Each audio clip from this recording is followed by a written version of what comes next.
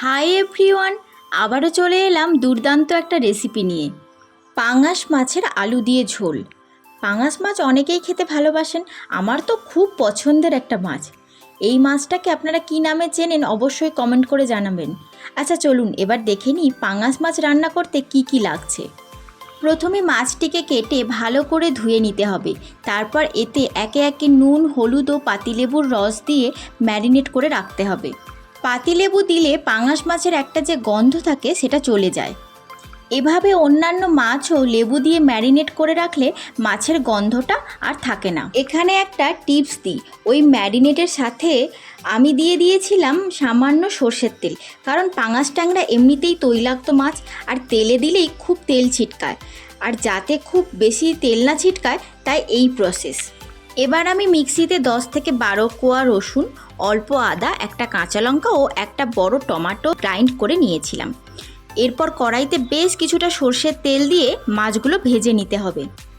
খুব সাবধানে মাছগুলো আস্তে আস্তে ছেড়ে ভেজে নিতে হবে। মাছটা যেহেতু তৈলাক্ত তাই মাছের থেকেও তেল বেরোয় ভাজার সময়। এরকম হালকা ব্রাউন করে সব মাছগুলো ভাজা হয়ে গেলে তুলে রাখবো।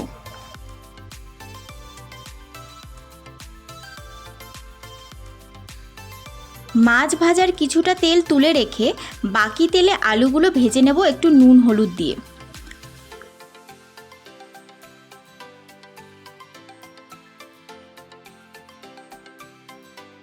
তারপর ভাজা আলুগুলো তুলে রেখে ওই তেলে সামান্য কালো জিরা, 2টো তেজপাতা, 2 থেকে 3টে থেতো করা এলাচ আর সামান্য চিলি ফ্লেক্স দিয়ে দেব। আপনারা শুকনো লঙ্কাও দিতে পারেন। তারপর 2টো মিডিয়াম সাইজের কুচনো পেঁয়াজ দিয়ে দেব এবং ভাজা ভাজা হলে তাতে আগে থেকে করে রাখা আদা রসুন টমেটোর পেস্টটা দিয়ে দেব। এরপর ভালো করে নাড়াচাড়া করে এতে এক এক করে কিছু গুঁড়ো মশলা দিয়ে দিতে হবে, যেমন 1/2 টিস্পুন জিরে গুঁড়ো, 1/2 টিস্পুন ধনে গুঁড়ো, পরিমাণ মতো লবণ, অল্প শাহি গরম মশলা গুঁড়ো এবং রঙের জন্য 1 টিস্পুন হলুদ গুঁড়ো আর 1/2 চামচের একটু বেশি কাশ্মীরি লঙ্কার গুঁড়ো। এই সব কিছু একসাথে ভালোভাবে মিশিয়ে দিয়ে দেব ভেজে রাখা আলুগুলো। এই সময় ফ্লেমটা লোতেই রাখবেন।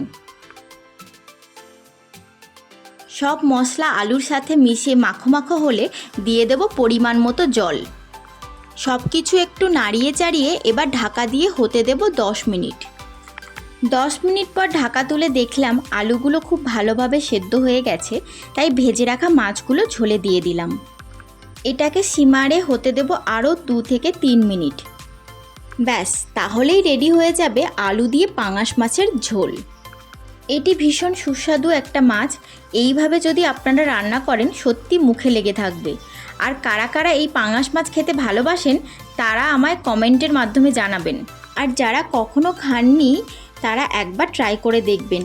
আজকের এই রেসিপিটি ভালো লাগলে একটা লাইক করে দেবেন। আর এরকম আরও নতুন নতুন রেসিপি পেতে আমার চ্যানেলটি সাবস্ক্রাইব করে পাশে থাকা বেল আইকনটি প্রেস করে দিন, যাতে আমি ভিডিও আপলোড করার সাথে সাথেই আপনাদের নোটিফিকেশান পেতে সুবিধা হয়। সবাই খুব ভালো থাকুন। আজ টাটা।